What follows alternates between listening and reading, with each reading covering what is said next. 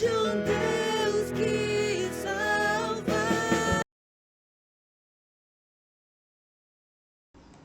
Meus irmãos, graça e paz, um excelente dia na presença do Senhor, que Deus esteja aí te abençoando poderosamente, ricamente, em nome do Senhor Jesus. Mais um dia satisfeito por aquilo que o Senhor tem feito, por aquilo que o Senhor tem nos proporcionado, espero também que você esteja feliz. Mais um dia estamos aqui, essa quarta-feira, no nosso culto, que nós temos colocado como um alinhamento da visão. É isso que nós temos buscado e o desejo é com essas meditações, com essas ministrações, que possamos estarmos juntos, avançando até quando e aonde o Senhor nos permitir. Então quero te convidar a mais esse tempo. Já tivemos 2 vídeos, que nós já colocamos aqui no nosso canal, para que os irmãos possam estar assistindo, ouvindo e entendendo aquilo que Deus tem nos direcionado. E é importante você participar, é importante você fazer parte desse processo e desse projeto. Hoje, então, ainda estamos de forma virtual, ainda online, Estamos por aqui, mas a partir de semana que vem nós já estaremos de volta. Ainda estou aqui em Simonésia, estou em Minas, mas a partir de semana que vem já estamos de novo na igreja, onde nós vamos ter tanto o virtual como também o presencial. Mas eu quero te desafiar, se você tem a possibilidade de vir no presencial. Toda quarta-feira, a partir da semana que vem, toda quarta-feira às 20 horas, nós vamos estar na igreja discutindo esses temas. Esses 3 vídeos que os irmãos que estão aí no canal, que de repente se você já assistiu o terceiro com hoje, E você vai entender que é nessa linha que nós temos trabalhado no alinhamento e queremos convidar você a participar desse tempo, a participar desse momento, que com certeza vai ser um tempo muito, muito precioso, um tempo muito abençoado. Então eu quero te convidar para estarmos juntos. Eu quero orar por você e depois eu vou colocar um vídeo de uma palestra de administração feita pelo pastor Paulo Mazzoni. Ele é da Igreja Batista Central de Belo Horizonte, onde tenho aí trabalhado através de uma mentoria com pastores do DNA, sobre a implantação, sobre a visão de célula. A gente já teve experiência, já trabalhamos no outro ministério e agora a gente tem entendido que Deus tem nos levado a caminhar nessa direção, nesse alinhamento. Então gostaria que você assistisse hoje um vídeo um pouquinho mais longo, mas eu tenho plena convicção que você não vai sentir, porque é uma ministração bem dinâmica, uma ministração bem direta e vai fazer muito, muito bem ao teu coração. Então assista, realmente tenha um tempo muito agradável na presença do Senhor. Em nome de Jesus. Vamos orar? Pai, nós estamos muito gratos por tudo aquilo que o Senhor tem feito, por tudo aquilo que o Senhor tem ministrado. Então, meu Deus querido, que o Senhor possa continuar manifestando da tua graça, do teu poder e da tua unção. Que essa ministração, essa palavra da parte ao Pai do Senhor, através do teu servo, pastor Paulo Mazzoni, que ela possa fazer sentido nas nossas vidas. Nos levar a entender, Deus, o que realmente é a igreja, o que é a igreja, como devemos trabalhar, que possamos tomar uma decisão de juntos avançar, cumprindo o teu propósito, cumprindo o teu querer e a tua vontade. Então, se conosco, meu Deus, é o que eu oro e agradeço a ti no nome de Jesus. Amém. Amém, irmão? Sem demora, eu quero estar compartilhando com os irmãos o vídeo aqui. Então, para que nós possamos ouvir, assistir e depois no final aqui eu volto para a gente fazer aí algumas considerações e deixar alguns questionamentos para os irmãos em nome de Jesus. Amém? Preste atenção, vai ser um tempo muito precioso para você. O que é a igreja? Você já fez essa pergunta? Eu queria trabalhar com você no início agora dessa nossa palavra sobre esta questão. O que é a igreja? Você já parou para pensar? Eu não estou imaginando aquelas respostas óbvias e comuns. Mas eu estou pensando um pouquinho naquela resposta mais sincera. O que é de fato a igreja? A igreja tem sido muito questionada, não só nessa época, mas eu acho que sempre. A igreja sempre tem sido questionada. Qual o papel da igreja? Qual a relevância da igreja?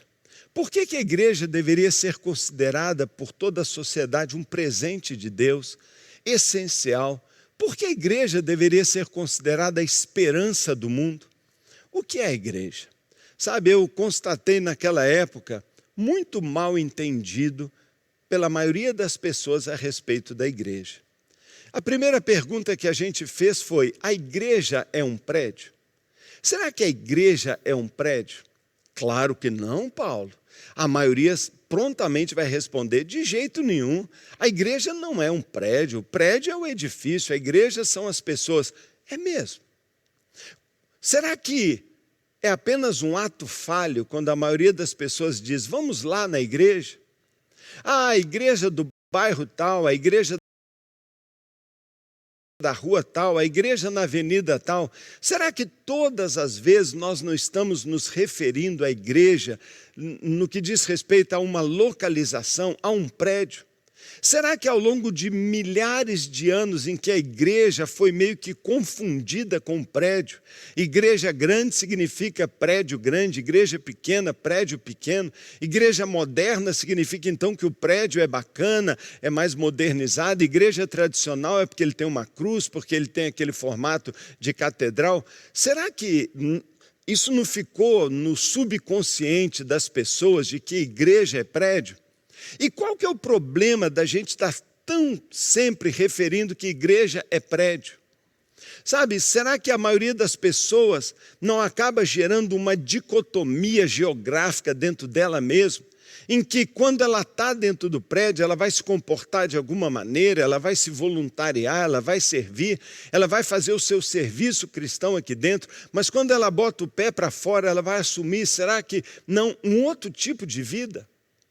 Ao mesmo tempo, eu me lembro de uma experiência que, no encontro de líderes assim, de alto nível, um pastor perguntou lá: o que você acha que é o gargalo de crescimento da igreja? Eu fiz a tolice de levantar a mão e dizer: eu penso que a minha igreja não cresce porque tem um prédio muito pequeno. Puxa vida, eu levei uma grande lição, porque a igreja não é prédio.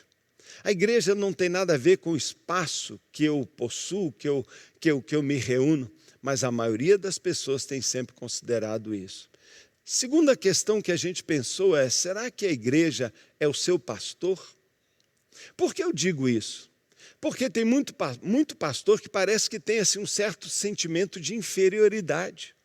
Por exemplo, eu moro na cidade de Belo Horizonte, onde meu ministério foi sempre desenvolvido, e Belo Horizonte é uma cidade muito agraciada. Alguns dos maiores pastores, maiores líderes da nossa nação são de Belo Horizonte. Não é fácil ser igreja em Belo Horizonte, onde existe uma igreja da Lagoinha, uma oitava presbiteriana, uma Getsemane, liderada por grandes pastores. E muitos de nós, pastores comuns, acabamos acreditando: se eu fosse um pastor como aquele, se eu tivesse aquele dom. Olha, em Belo Horizonte tem pastor que só no púlpito ele coloca 20 mil pessoas, porque são excelentes comunicadores, excelentes pregadores. E muitas vezes a igreja pensa assim: nós não estamos indo tão bem porque o nosso pastor não é tão bom.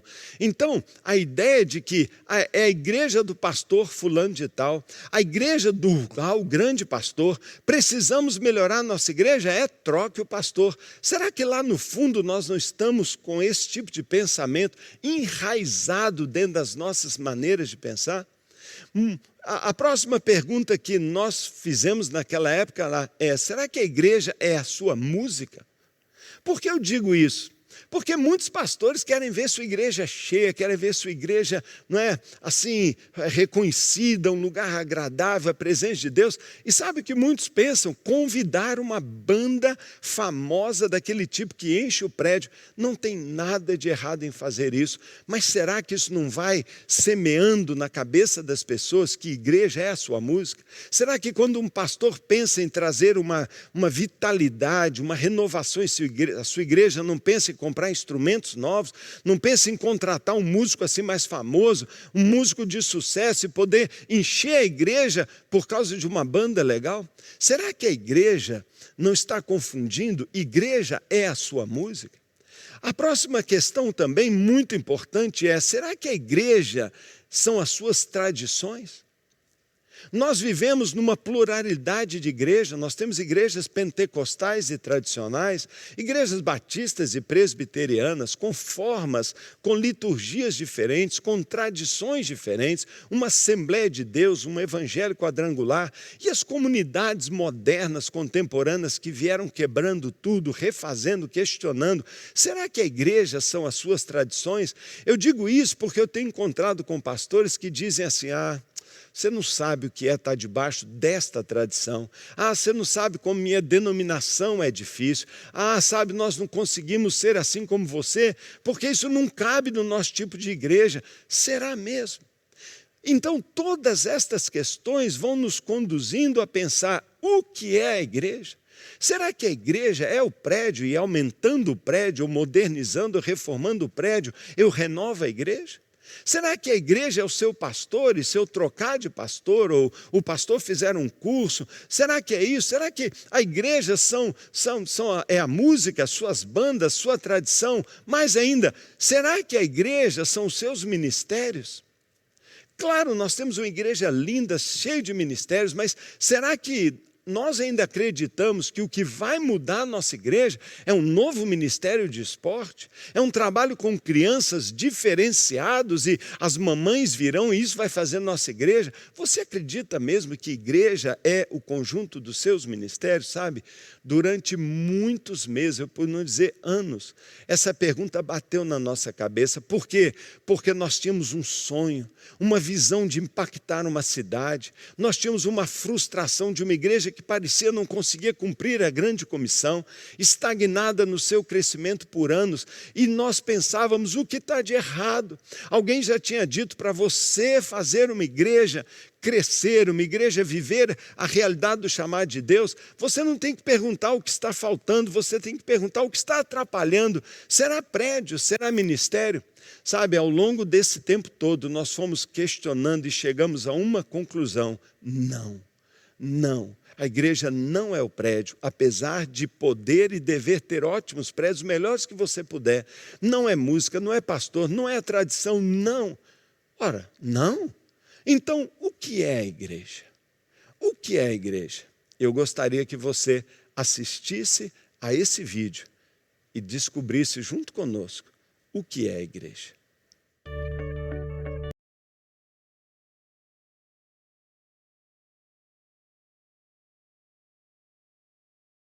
De um lado, tem gente que não viaja por causa dos preços das passagens. Do outro, tem gente que tem milhas, mas não usa.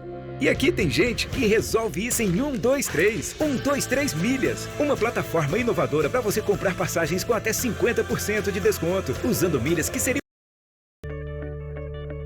O que é a igreja? A igreja é um prédio? A igreja é o pastor? Ou seus auxiliares? A igreja é a música?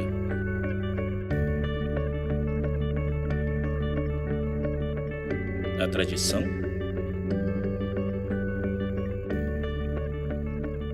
Ou os ministérios? Todas essas coisas são boas, mas elas não são a igreja. Tire elas e a igreja ainda existe. Por quê? Porque você ainda está aqui. A igreja é você. A igreja é você com um propósito de amar a Deus, de amar aos outros.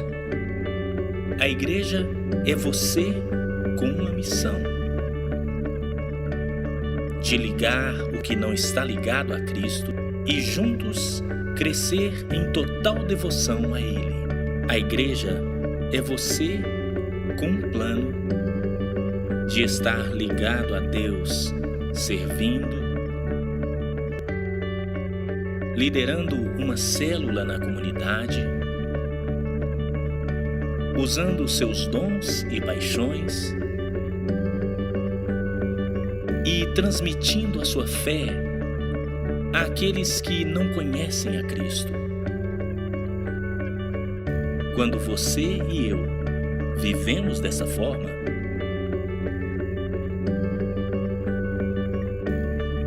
todas as coisas que costumamos fazer na igreja tornam-se coisas que fazemos como igreja. Deus deseja isso. O mundo precisa disso. E nós somos chamados para ser isto. O que é a igreja? A igreja é você.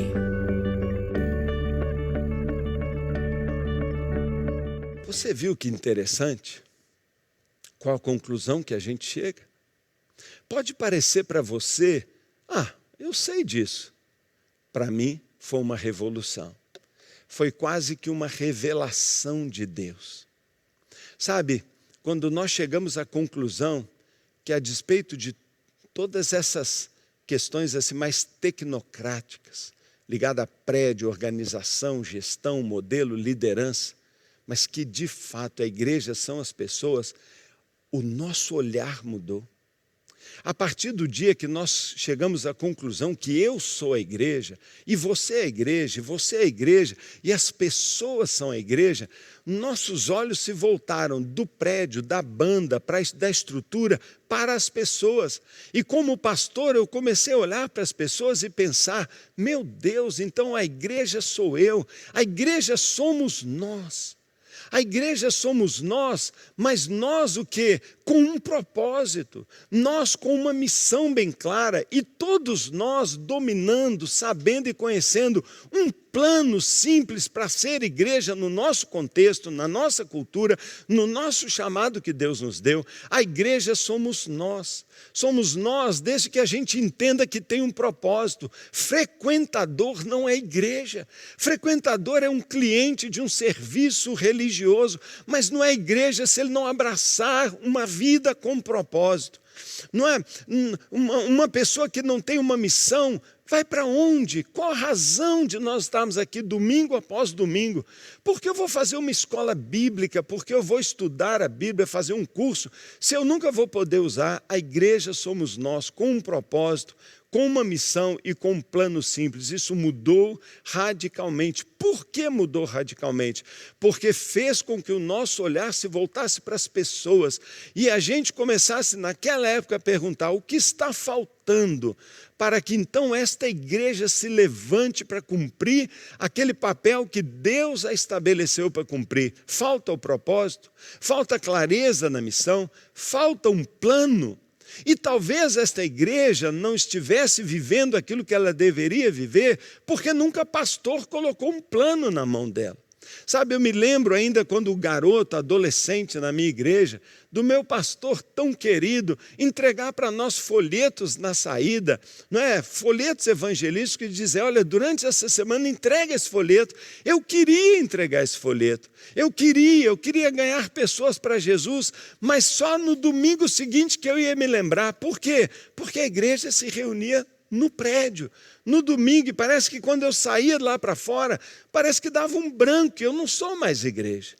Sabe, quando a gente pensa que a igreja é o prédio, que a igreja é a música, é só lá no prédio, no local, naquele ambiente, que eu vou lembrar que eu sou crente. E eu me lembro da palavra do Senhor que marcou profundamente o meu coração, tornou-se para mim quase que um versículo favorito, quando o apóstolo Paulo, em 1 Coríntios capítulo 15, verso 58, diz, portanto, meus amados irmãos, mantenham-se firmes e que nada os abale. Sejam sempre dedicados à obra do Senhor, pois vocês sabem que no Senhor o trabalho de vocês não será inútil. Irmãos, olha que palavra tão poderosa do apóstolo Paulo. E eu me lembro naquela época de nós perguntarmos e questionarmos, será que todos os irmãos da nossa igreja estão conscientes do que Paulo está dizendo aqui? Será que todos nós estamos conscientes de que um dia vamos comparecer diante de Deus para prestar relatório da única vida que nós tivemos? Já imaginou o perigo de nós não sermos dedicados à obra do Senhor? Já imaginou de nós não sermos frutíferos e de nós acabarmos entrando na conversa do mundo, de trabalhar, de correr, de construir nosso próprio projeto de vida, sem dedicarmos a uma obra do Senhor? O texto diz que há uma obra que não é para pastor, é para todos os membros da igreja, e que no Senhor o trabalho dos irmãos não será inútil. Que trabalho? Ir aos cultos de domingo, sabe, tudo isso. E chegamos à conclusão que toda a igreja tem a obrigação de ajudar os seus membros a descobrirem e a cumprirem o propósito de Deus. Toda a igreja tem a obrigação de ter um plano de capacitação e mobilização, através do qual cada membro vai poder viver este plano simples. E nós entendemos que Deus estava nos chamando agora, depois de uma visão daquilo que Ele quer nos levar, a um caminho, e não há outra maneira a não ser envolver todas as pessoas. Pastor Rick Warren, tão conhecido, tão admirado por tantos, ele diz assim: há um exército de crentes sentados nas suas igrejas, esperando para serem mobilizados, e eu não sabia disso. Sabe por quê? Porque eu estava pensando em pintar o prédio, eu estava pensando em melhorar a banda, eu estava pensando em criar um novo ministério, mas as mudanças que deveriam acontecer na mente, no coração, na alma de cada frequentador na igreja, eu nem percebia. Por quê? Porque não imaginava que a igreja são as pessoas. E ele diz, há um exército de crentes sentados na igreja, esperando para serem mobilizados. E se nós pudermos descobrir uma maneira, pastor, você já descobriu esta maneira? Foram anos, mas nós descobrimos uma maneira. Nós descobrimos uma maneira de transformar frequentadores num exército de líderes. Nós descobrimos uma maneira de transformar clientes ou consumidores em contribuintes para transformar o mundo num lugar melhor, para transformar a igreja, para mudar o mundo, para cumprir a nossa missão. Uau! Sabe, nós entendemos que Deus estava nos chamando para fazer parte de algo que Ele estava construindo, um movimento de renovação da igreja, um movimento de renovação da eclesiologia. Eu não sei se você já parou para pensar, mas nós vivemos, pelo menos talvez nas últimas 2 ou 3 décadas, um fortíssimo movimento de renovação da maneira de ser igreja. É bem verdade que nos anos 60, 70, aqui no Brasil, nós vivemos um forte movimento de renovação espiritual. Renovação espiritual, o mover do Espírito, trazendo uma nova unção e um frescor para a igreja evangélica no Brasil, anos 60, 70, começo dos anos 80. Sabe, naquela época, quando pastores se reuniam numa rodinha para conversar, depois de algum papo, não demorava 10 minutos para que um pudesse perguntar para o outro: você é batizado no Espírito Santo? Sua igreja é renovada ou tradicional? Ah, sei. E havia um ambiente meio que de disputa, um confronto, renovados e tradicionais. Teologia, doutrina, era um movimento de renovação espiritual. Eu dou glória a Deus por esse movimento. Esse movimento renovou a liturgia das igrejas. Esse movimento restaurou o papel do Espírito Santo, chamou a igreja para uma maneira mais vibrante de servir, de adorar, mostrou caminho para fontes de poder. A igreja foi impactada. Glória a Deus pelo movimento de renovação espiritual da igreja. Logo em seguida, Deus, que é muito sábio, conduziu a igreja para um segundo movimento, o movimento de renovação da eclesiologia da igreja, uma nova reforma da igreja, que nós chamamos a segunda reforma, mexendo agora na estrutura da igreja. Por quê? Porque o mundo mudou. O mundo passou e tem passado por rápidas e profundas transformações. Você já ouviu sobre isso, paradigmas sendo transformados. E algumas igrejas, e nós especialmente, insistindo em fazer como sempre fizemos, com medo de mudança, temendo que tudo isso pudesse nos afastar da pureza do Evangelho, até descobrimos que o próprio Deus está dizendo: você pode manter sua doutrina, sua pureza, seu fervor, sua fidelidade fidelidade a Deus, mas você pode alterar também métodos, você pode alterar suas maneiras de fazer, de comunicar. Puxa vida, abriu-se para nós uma coisa linda. E no mundo inteiro, a gente vê as marcas desse poderoso movimento. Será que a sua igreja já está vivendo este movimento de renovação que tem levado igrejas a um nível de impacto e de influência muito maior? Será que a sua igreja já tem passado por esse movimento de renovação? Sabe, é um privilégio nós podemos viver. E eu quero compartilhar com você que esse movimento de renovação está no mundo inteiro. Ele está no meio das igrejas batistas, ele está no meio das Assembleias de Deus, ele está no meio das presbiterianas, em todas as igrejas e em todos os países.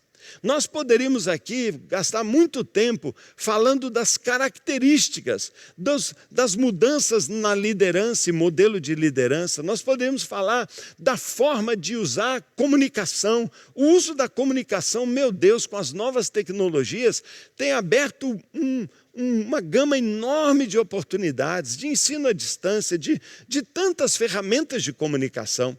Mas eu quero destacar apenas aqui 4 marcas muito fortes da igreja dos dias de hoje, deste movimento que Deus tem trazido e que tem sido comum.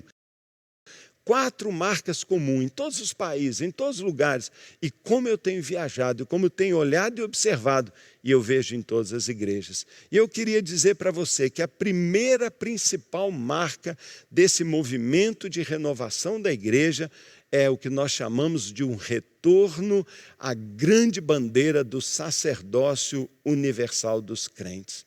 Essa foi uma das principais bandeiras da Reforma Protestante, lá dos anos 1500, não é? Mas muito do que foi preconizado naquela época não tinha sido colocado em prática. Mas agora, nesse tempo, parece que Deus está agindo de uma forma tão forte, no sentido de provocar uma descentralização. Parece que Deus definitivamente quer trazer o ministério de volta para as mãos daquele que de fato o ministério pertence, o povo de Deus.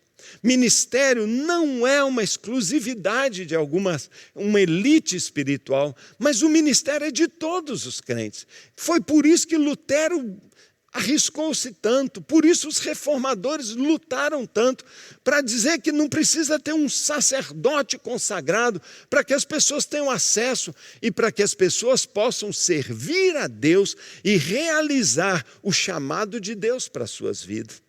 Sabe, nada mais claro para nós do que a declaração de que Ele designou alguns para apóstolos, outros para profetas, outros para evangelistas e mestres, com vistas o quê? Para preparar os santos para a obra do seu ministério, para que o corpo de Cristo seja edificado.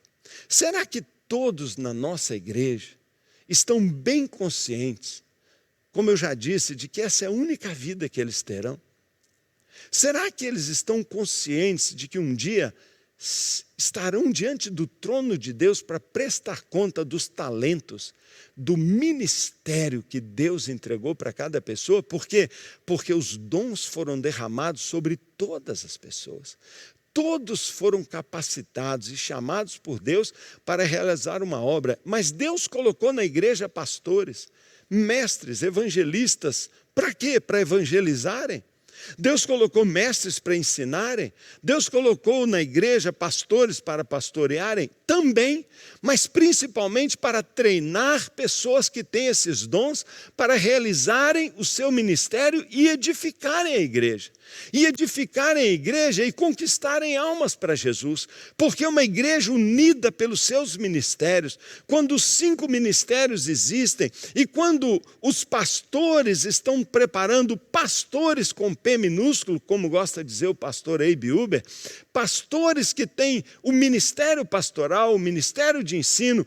Quando nós todos funcionamos, a igreja funciona, a igreja cresce, a igreja se desenvolve, a igreja é edificada. Então, a primeira marca que você pode ver por aí em todas as denominações, em todos os movimentos cristãos que têm acontecido hoje em dia na igreja. Você vai andar por aí e vai ver, olha, está envolvendo todos, treinamento, capacitação, mobilização de voluntários. É tão comum nós chegarmos numa igreja hoje e o pastor dizer, olha, aqui nesta igreja nós temos 2.000 voluntários, nós temos 1.000 pessoas trabalhando. Por quê? Porque há um despertamento para o papel do crente na igreja, que juntos nós somos melhores, que juntos nós somos muito mais fortes e que de fato a igreja é um exército adormecido pronto para ser levantado. Minha primeira pergunta, você faz parte desse movimento de renovação, de ar fresco, de revitalização das igrejas? Então me responda, na sua igreja esta bandeira é bem levantada? Ou você continua com aquele antigo hábito de que tudo está na mão de 10% que carregam o piano? Será que ainda nós não descobrimos que muito da ineficiência e da pequena quantidade de frutos é porque aquilo que é essencial na vida da igreja ainda está sobrecarregando e sendo um peso para poucas pessoas dentro da igreja? Segunda marca comum no mundo inteiro é que o evangelismo agora, ele é pessoal. O discipulado e o evangelismo pessoal. O que significa isso? Até pouco tempo atrás, eu fui na cruzada do Billy Graham no Maracanã, 1974, 200.000 pessoas. Eu vi os teleevangelistas, os mega pregadores. O que eles fizeram foi extraordinário. Agora há pouco tempo, o pastor Reinhard Bonk, meu Deus, milhões se convertendo em cruzadas de poder. Mas sabe o que aconteceu ao longo dos anos?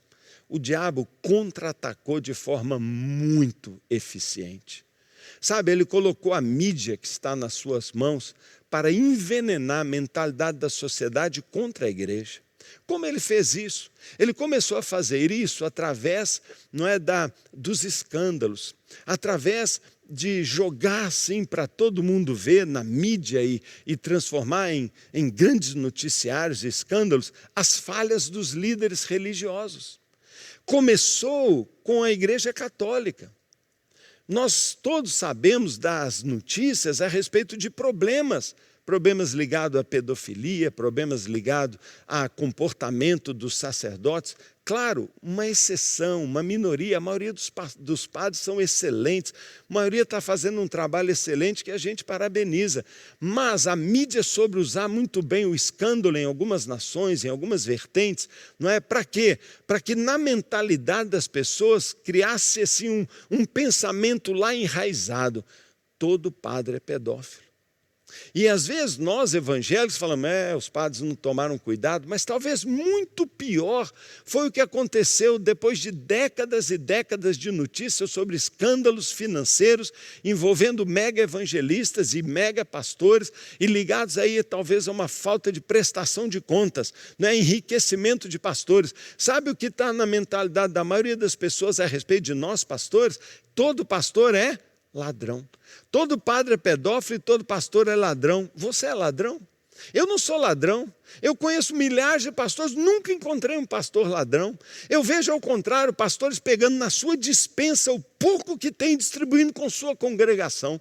Pastores são heróis. Tem padres aí dando a vida para ajudar pessoas, curando suas enfermidades, suas mazelas sociais. Mas na cabeça do povo afaste-se da igreja. É um bando de hipócritas. Essas pessoas só querem o seu dinheiro. Essas pessoas querem abusar das suas crianças. Então gerou uma aversão comum, comunitária contra a igreja. Não é incomum pessoas atravessarem para o outro lado para nem passar perto no quarteirão da igreja. Sabe, eu estou exagerando um pouco, mas é muito verdade.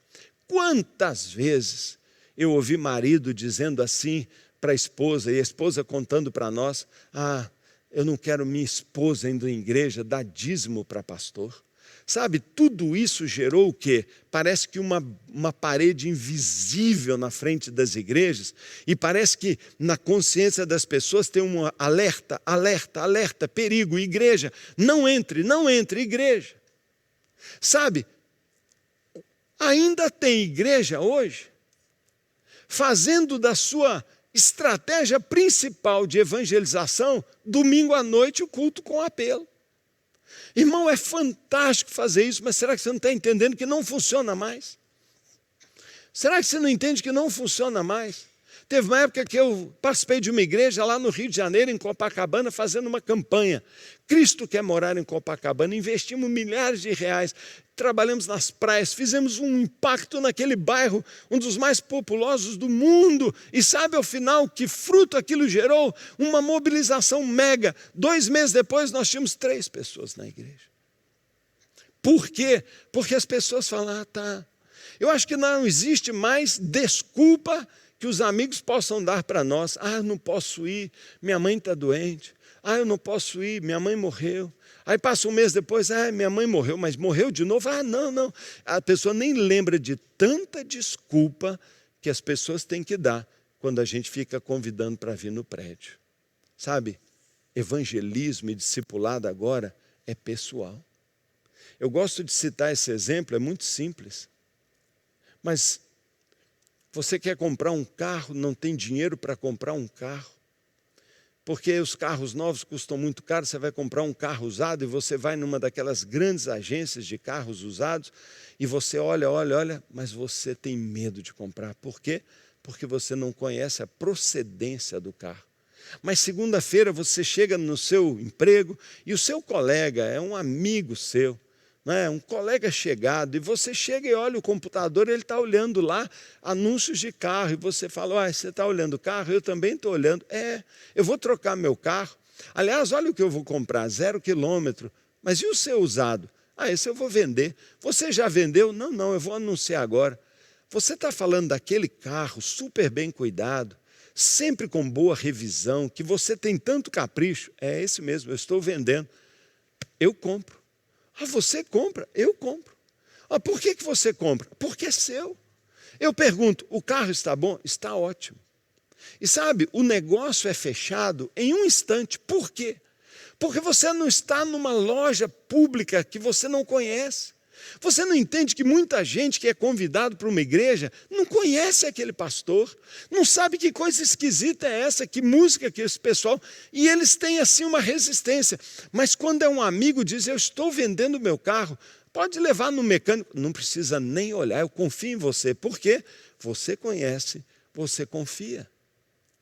Deus é tão sábio que ele entendeu essa estratégia e ele já tinha um plano muito maior.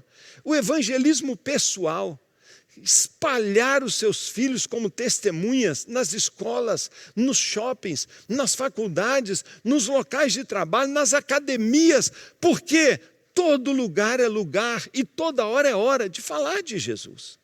Então Deus fez uma virada das grandes concentrações, das grandes cruzadas para o evangelismo pessoal, muito mais eficiente. Por quê? Porque apesar de toda essa versão de igreja, as pessoas estão angustiadas, solidão, vazio existencial, as pessoas se sentem carentes. E a igreja é cheia de amor, de carinho.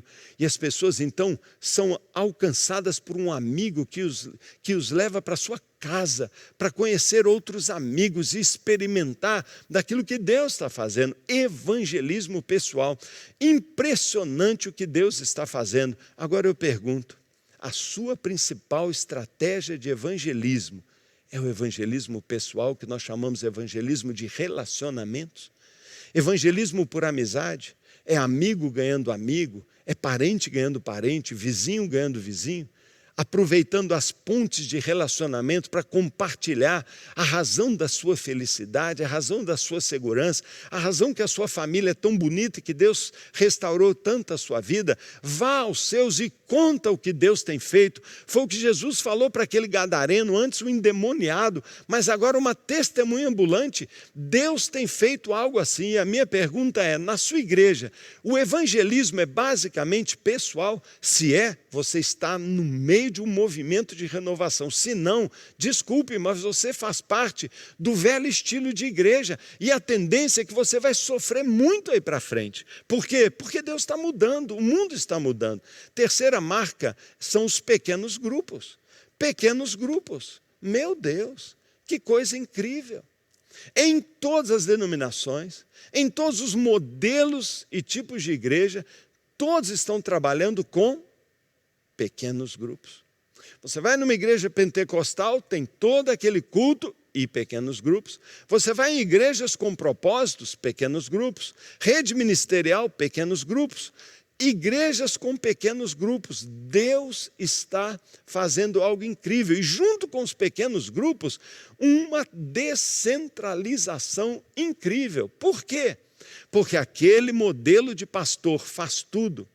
Aquele pastor que tão assim, sobrecarregado e tão responsável e tão dedicado, acaba prejudicando sua saúde, acaba enfrentando tanta depressão, problemas na família, os filhos reclamando, papai nunca está em casa, a esposa, essa igreja abusa do meu marido e ela não é feliz com a igreja. Você percebe, é um problema antigo que Deus está tratando de uma vez, não só para abençoar a família do pastor, mas para revolucionar a igreja. Por quê? Porque aquele modelo de um líder centralizador já era, não existe mais.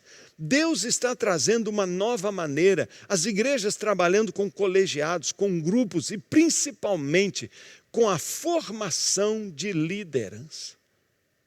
Descentralização ministerial, também costumo contar aquela história real. Fui pregar numa igreja há alguns anos atrás, já faz tempo.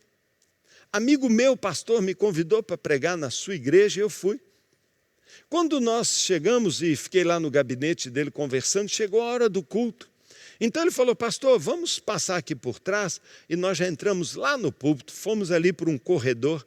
Quando estávamos caminhando por corredor, pastor de terno, com a Bíblia no braço, todo arrumado, uma jovem, adolescente, estava ali naquele bebedor com um garrafão plástico, balançando o garrafão.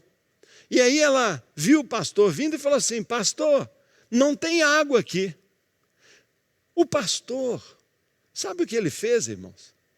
Aquele pastor falou, pastor Paulo, o senhor pode segurar a minha Bíblia, por favor? Eu falei, claro, segurei. Ele tirou do bolso um molho de chaves, mas tão grande. Aí eu já fiquei assustado, sabe por quê? Eram chaves demais. Ele tinha no bolso todas as chaves da sua igreja. Tinha um volume na sua perna que eu estava notando desde lá do gabinete. Eu pensei, ele deve estar com um tumor na perna. Nada, era um molho de chaves. E ele pegou aquela chavezinha já amarelada de tanto uso. Ele não ficou procurando, ele já sabia qual era. Ele foi ali, num grande armário naquele corredor, abriu, enfiou a mão, pegou uma faquinha que já estava ali, parecia que tinha o formato da mão dele, puxou um garrafão novo com uma mão. Sabe como é difícil manusear esses garrafões? Pois ele pegou esse garrafão com uma mão, passou a faca, abriu, foi lá, tirou o velho e olha, obra habilidosa de alguém hipertreinado.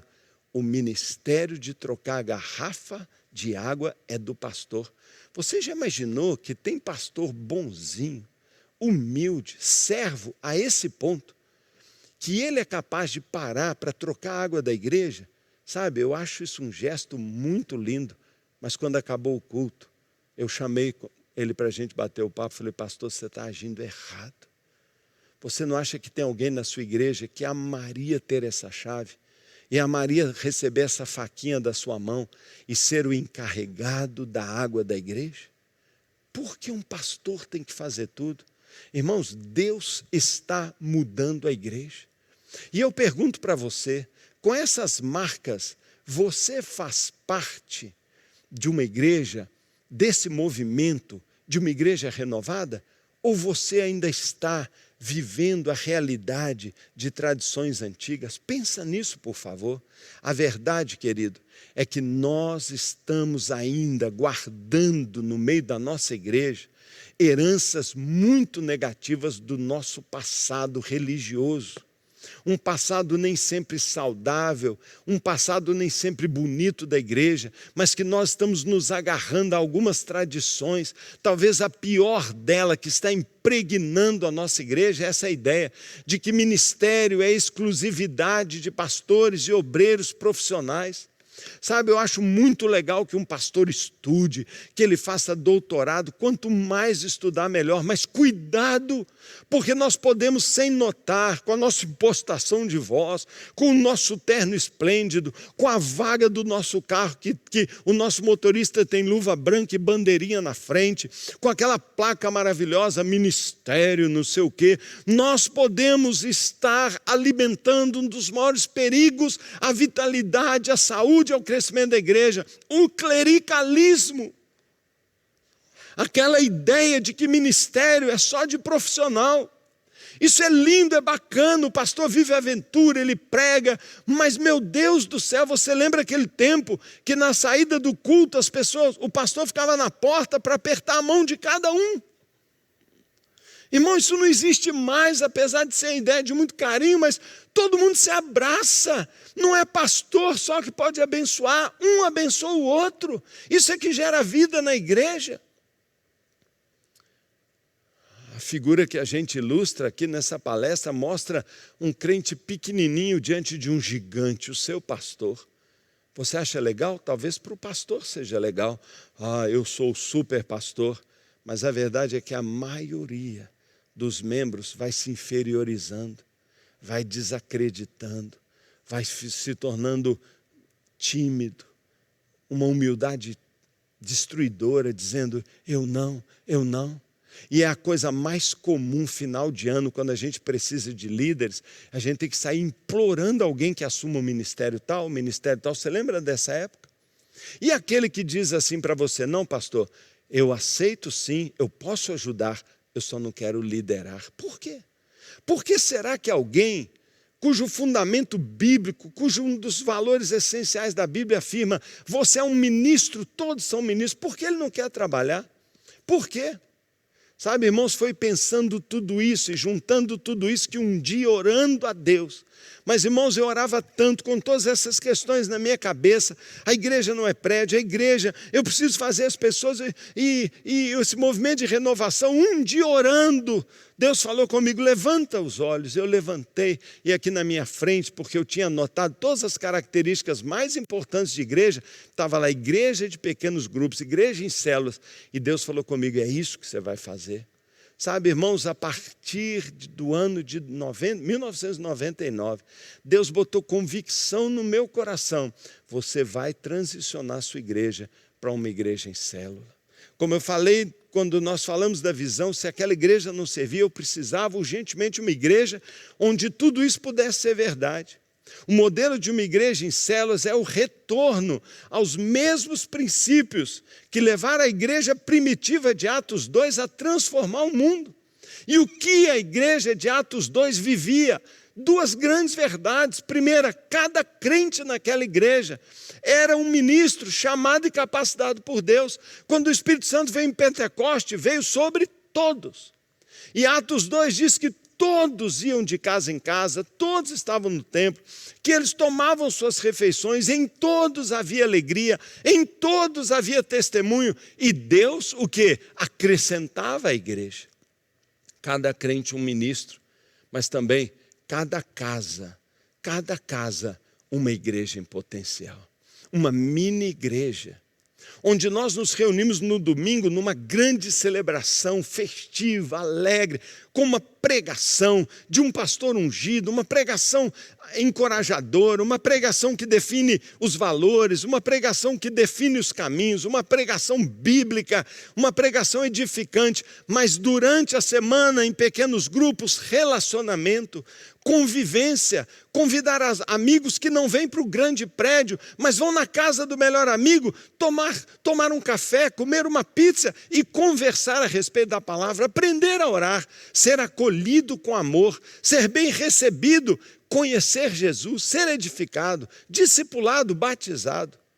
Cada casa, uma mini igreja, com todo o potencial de uma igreja viva, multiplicadora. Sabe, querido, Bill Beckman, um dos grandes pensadores, um homem que eu admiro demais, um amigo pessoal, ele diz assim, as duas expressões da igreja no Novo Testamento, Quais duas expressões?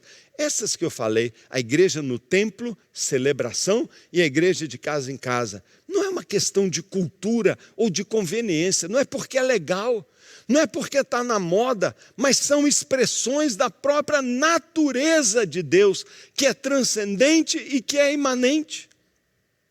Isaías 57, verso 15 diz: pois assim diz o Senhor, o alto e sublime Deus, aquele que vive para sempre, um Deus transcendente. Ele diz: habito num alto e santo lugar, mas habito também com contrito e humilde de espírito. Eu estou presente com uma pessoa, com um grupinho de pessoas. Eu estou num alto trono. A igreja tem que refletir na terra a imagem do Deus invisível. Ela é pequena e ela é grande. Ela é grande para causar impacto. Ela é grande para produzir grandes obras, para levantar movimentos missionários. Ela é grande para celebrar. Ela é grande para a cidade saber que ela existe. Ela é grande para fazer obras. Ela é grande para executar grandes ministérios. Mas ela é pequena para se importar, para chorar do lado, para ouvir. Ela abraça, ela é pequena em reuniões em roda, onde um olha no rosto do outro, mas ela é profética, ela é grande voz como voz de águas. Por quê? Porque é o que Deus é. Deus é o grande soberano, mas Ele é comigo, Ele é conosco, Ele é meu amigo, Ele está do meu lado. A igreja tem que ter essas duas dimensões. E como nós falamos anteriormente, parece que ela perdeu essa característica. Sabe, o próprio pastor Bill Beckman forjou, elaborou uma linda parábola, uma história que nos ajuda a entender. É a parábola da igreja de duas asas. Sabe, essa história é muito linda. Por quê? Porque ele conta para nós a história de uma igreja que Deus criou, que Jesus criou, que Jesus veio inaugurar, que o Espírito Santo veio empoderar. Uma igreja de duas asas. Como uma grande águia, ela tinha duas asas e por isso ela podia voar em grandes alturas. Ela podia ir por toda a terra, em qualquer lugar, e ela podia fazer sempre a vontade do seu Criador. A asa, não é? A asa do grupo grande e a asa do grupo pequeno ao mesmo tempo. Ao mesmo tempo, nós não defendemos uma igreja de uma asa só, nós não queremos uma igreja só de pequenos grupos, porque ela não vai funcionar. Não foi assim que Deus a criou, mas também hoje nós criticamos muito, nós falamos: coitadas das igrejas que só tem o culto, que só tem o prédio. Ela perde a dimensão da qualidade, a dimensão da unidade, a dimensão do relacionamento, a dimensão do evangelismo relacional. Sabe, o Bill Beckman conta essa história então daquela igreja que tinha duas asas, mas com o passar do tempo a invejosa serpente, que não tinha nenhuma asa, mas rastejava pelo chão, ela veio e começou a tentar a igreja, ela começou a tentar convencer a igreja a voar apenas com uma asa. Apenas com uma das asas, não mais as duas asas, mas a serpente disse: olha, você não precisa do pequeno grupo. Você não precisa do pequeno grupo, você pode trabalhar apenas com a grande reunião. E quando a igreja se associou com o Estado, e quando a igreja começou a entrar nas catedrais e nos prédios, e que legal, olha, então nós podemos nos reunir aqui. Quando Constantino ele disse: por que vocês não vêm para os nossos prédios? Não, pode parar com essas reuniões na casa. A serpente convenceu a igreja a não usar mais o grupo pequeno. Com isso, sabe o que aconteceu? A reunião do grupo pequeno, a asa do grupo pequeno começou a atrofiar e ela foi diminuindo a sua força. E a igreja passou a voar com uma asa só. Uma asa só. Ela não pode mais fazer aquilo que ela fazia. Ela não pode mais voar por toda a terra e fazer a vontade de Deus. Mas ela, coitada, faz um esforço enorme para conseguir apenas voar em círculos, gastar uma energia e um tempo desnecessário. Para quê? Para viver uma vida de passarinho, infrutífera, limitada, dando pequenos saltos, mas nunca mais ela voou. Queridos, parece que isso que tem acontecido. Parece que é isso que tem acontecido, mas nesses dias, no movimento de renovação que Deus está fazendo, o Criador agora está trazendo para nós uma visão diferente. Ele está restaurando as duas asas da igreja. A igreja tem o seu prédio, a igreja faz as suas reuniões, tem os seus cultos, as suas bandas, pode ter tudo e tem os ministérios, mas ela não é uma igreja de programa, é uma igreja equilibrada, que funciona no prédio e nas casas, onde nós temos um pastor, mas nós temos milhares, centenas de pequenos pastores, cuidando de pequenos rebanhos, descentralizando o ministério e garantindo uma qualidade como nós nunca tínhamos anteriormente. Sabe, querido, as células são a única estrutura capaz de mobilizar toda a igreja para ser e viver relacionamentos transformadores. Eu não tenho dúvida disso. E, irmãos, a visão celular tem transformado o cenário evangélico mundial. Pequenas congregações, como a Igreja Batista Central de 2001, têm se transformado em igrejas fortes, como a Igreja Batista Central de 2020, porque colocaram as células, os pequenos grupos, no centro do seu ministério. Eu vou dizer de novo, sabe, querido, o propósito desta palestra é sensibilizar você. Nós não temos nenhum interesse secundário, a não ser compartilhar um testemunho. Deus transformou a nossa história. Um sonho impossível, uma visão que nos encheu de esperança, mas ao mesmo tempo uma pergunta: como? Com essa igreja não tem jeito. Deus nos chamou a fazer uma transição para uma igreja de pequenos grupos. E nesta transição, Deus começou a preparar a nossa igreja a entrar nesse rio, nesse mover de Deus chamado renovação de igrejas. Onde hoje a maioria dos pastores se reúne e pergunta: você está em células? Você trabalha com propósito? Há um burburinho, há um fervor, há uma discussão linda, é uma troca de melhores práticas. Todo pastor se reúne, qual a sua melhor prática? E uns colaboram com o outro. Por quê? Porque nós estamos levantando igrejas, antes pequenas, e estão se transformando em grandes igrejas e poderosas igrejas, porque tem colocado esses princípios, especialmente o pequeno grupo, as células, no centro do seu ministério. Sabe? É uma questão de valores. Esse é um dos papéis principais de um pastor. O pastor defende os valores. E ao longo desses anos, Deus foi colocando dentro de nós alguns valores que hoje são inegociáveis para nós. Sabe quais são valores inegociáveis para nós? Relacionamentos. Cada pessoa deve viver relacionamentos, por isso a declaração da nossa visão é ser uma igreja em células, que vive o amor de Deus.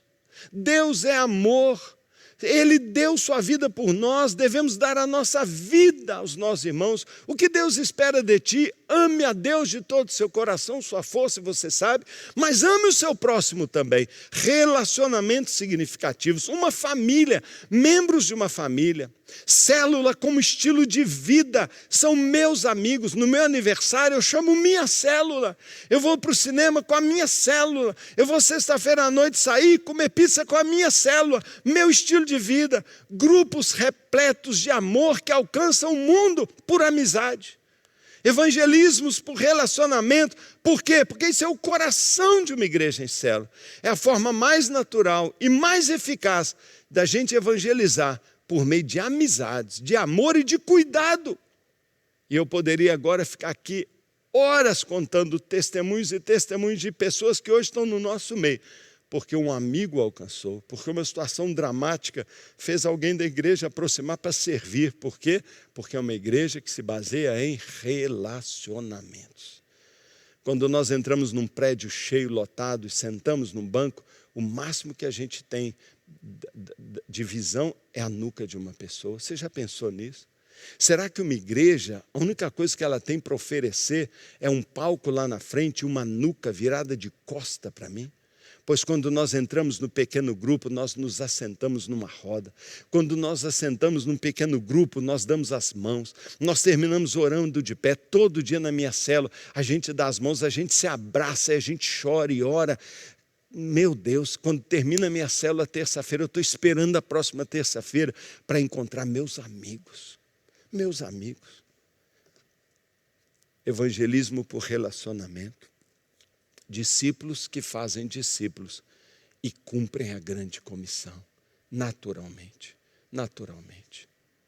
Segundo valor que nós não abrimos mão, é inegociável naquilo que é uma igreja em célula, é a formação e capacitação de líderes. Lembra o que é a igreja? O que é a igreja? É prédio? É o pastor? São as pessoas com uma missão, que entendem o seu propósito e assumem uma missão e têm um plano.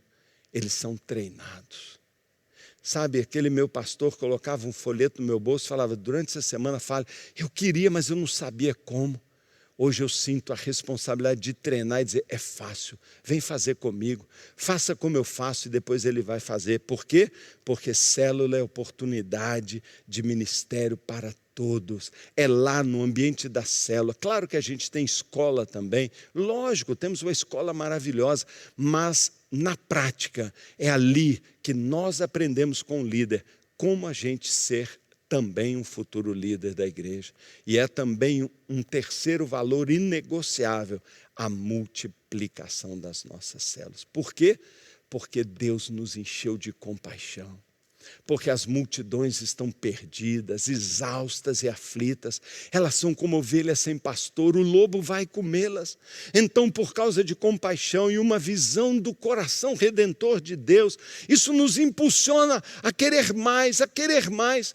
Toda a nossa célula tem uma cadeira vazia e nós dizemos, na semana que vem alguém vai ocupar ali. A gente abre outra cadeira.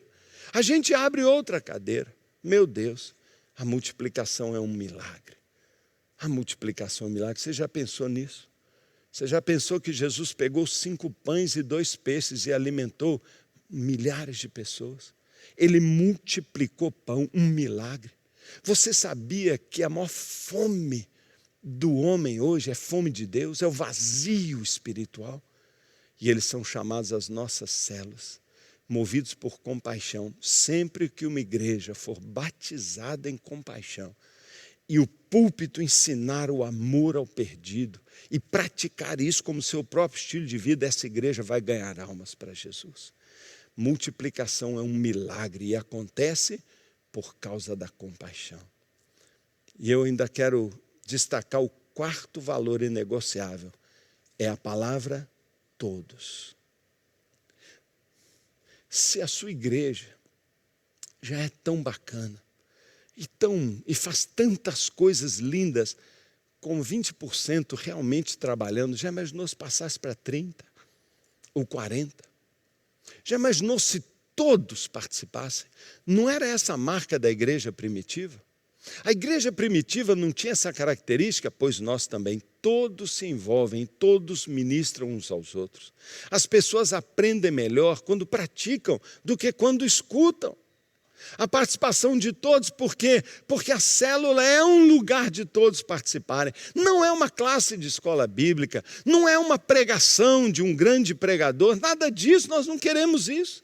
Nós queremos uma célula de relacionamento, de perguntas, o que você acha? E você, ali as pessoas vão aprendendo a conversar, a compartilhar, a dar testemunho. Sabe? Nós abraçamos a visão em células e ela transformou a gente.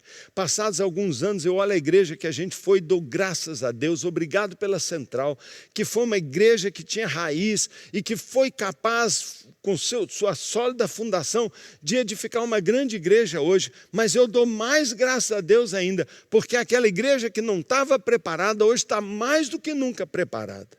Nós podemos perder a maior colheita da história, por uma única razão: falta de trabalhadores para a colheita. Os campos estão brancos há 2000 anos, Jesus nos alertou. Há 2000 anos Jesus disse, os campos estão brancos. Ele disse, ore a Deus que envie trabalhadores para a colheita.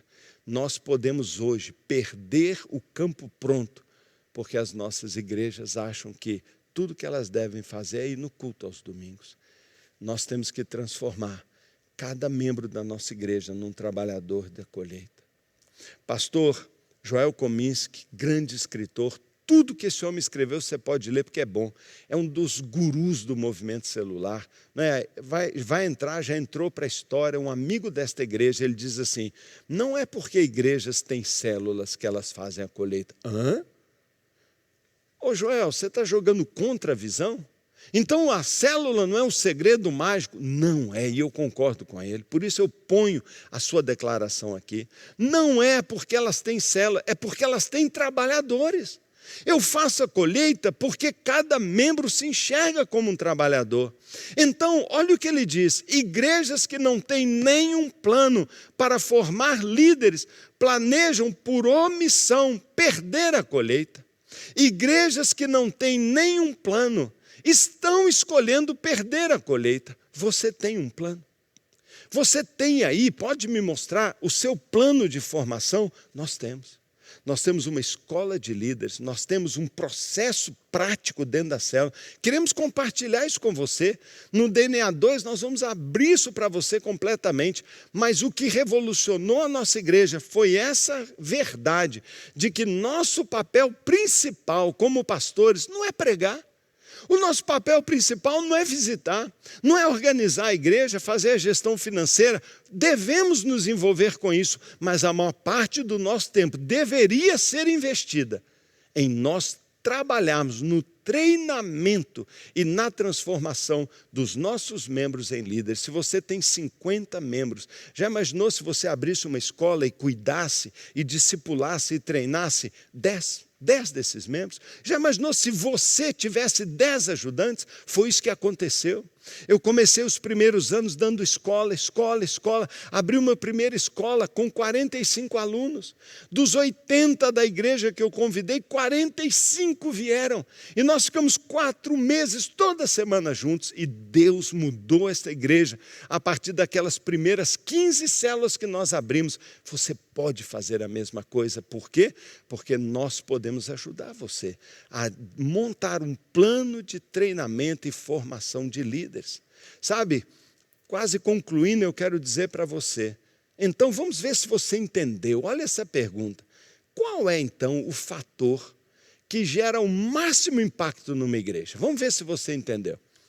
É o ministério, o modelo ministerial? É o modelo ministerial? É células? É igreja com propósitos? É uma rede de ministérios? É evangelismo explosivo? O que gera o máximo impacto? Vai pensando aí, sim ou não? É o ministério pastoral? É o pastor fulano de tal? É o pastor tal? Troca o pastor? É o desenvolvimento de liderança? O que você acha?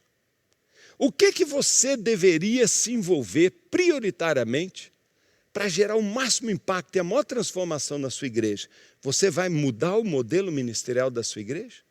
Você vai trocar de pastor ou formar uma equipe pastoral? Ou você vai dedicar tempo de qualidade, afirmando para a igreja que isso é um valor e desenvolver liderança? Eu não tenho dúvida nenhuma para te dizer que o fator que causa o máximo impacto é o desenvolvimento de liderança. Desenvolvimento de liderança é o maior segredo da visão celular e da multiplicação. Olha, eu vou chegar para o lado aqui e quero compartilhar com você uma coisa muito importante. Vou pedir desculpa, porque eu vou projetar aqui agora a história da igreja. Eu estou contando a minha história desde a outra palestra. Meus irmãos, deixa eu tentar aqui tirar.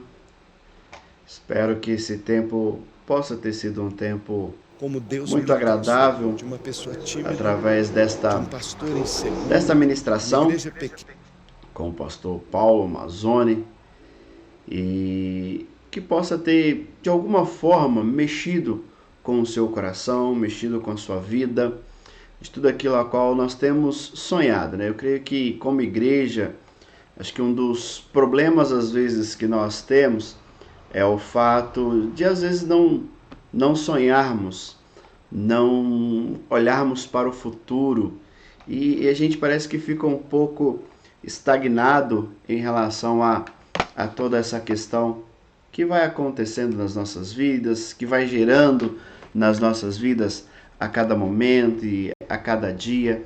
Então, os vídeos que semana passada e essa semana que eu desejei compartilhar com os irmãos é para a gente ter uma noção de tantas coisas que têm acontecido em outras igrejas, em outros locais, o quanto Deus tem abençoado e o quanto essa visão tem sido muito abençoada. Por isso, mas não é algo de simplesmente pegar e encaixar, não é simplesmente um Ctrl+C e um Ctrl+V, né? um copia e cola. Não, é algo que como igreja precisamos sentar, avaliar, conversarmos e entender qual é a visão de Deus para as nossas vidas. O que realmente Deus tem para nós, o que realmente Deus quer para a IEB, para a Igreja Evangélica Batista Ebenezer. Então, gostaria que você, hoje o vídeo foi um pouquinho mais longo, mas gostaria que você tirasse esse tempo, analisasse, né? Se for o caso, ver novamente, compartilhe com alguém, pergunte o que você acha disso e que você possa vir junto com a gente, para que juntos possamos crescer espiritualmente, para que juntos possamos cumprir o querer e a vontade do Senhor, para que juntos possamos avançar para a honra e glória do nome do Senhor. Amém, meus irmãos? Que Deus então continue te abençoando poderosamente e que através desses 2 vídeos em especial, da semana passada e dessa semana, o meu desejo é que você possa refletir e tomar uma decisão de estarmos juntos, alcançando vidas para o Senhor, cuidando bem delas, zelando dela, capacitando outros, porque não é só o fato de nós ganharmos, não é o fato de só nós ganharmos, mas de podermos também preparar outros para que outros também possam atingir o querer e a vontade do Senhor. Amém, meus irmãos? Que Deus possa então assim te abençoar poderosamente em nome de Jesus, contemplando o teu coração, contemplando a tua alma, contemplando realmente o querer e a vontade do Senhor possa, como a gente pode dizer, possa realmente se cumprir na sua vida, fazendo assim, né, a vontade e o querer de Deus sobre nós a cada instante, a cada momento e a cada segundo. Eu quero então orar por você, orar pelas nossas vidas, orar pelos projetos e sonhos de Deus que Ele tem para as nossas vidas, aquilo que realmente Ele deseja para nós. Vamos orar. Pai, em nome do Senhor Jesus, eu quero louvar o Teu nome, agradecer a Ti pelo Teu cuidado e Teu zelo, meu Deus, que o Senhor possa abençoar as nossas vidas, trazendo a Pai do Teu querer, trazendo a Deus da Tua vontade e nos capacitando a cada dia. Obrigado por cada vida, obrigado por cada um, é o que eu oro e agradeço a Ti, no nome de Jesus. Amém. Amém, irmãos, que Deus então possa assim te abençoar poderosamente em nome do Senhor Jesus. Fique com Deus, um grande abraço, que o Espírito Santo do Senhor continue agindo no nosso coração a cada segundo e a cada momento, em nome de Jesus.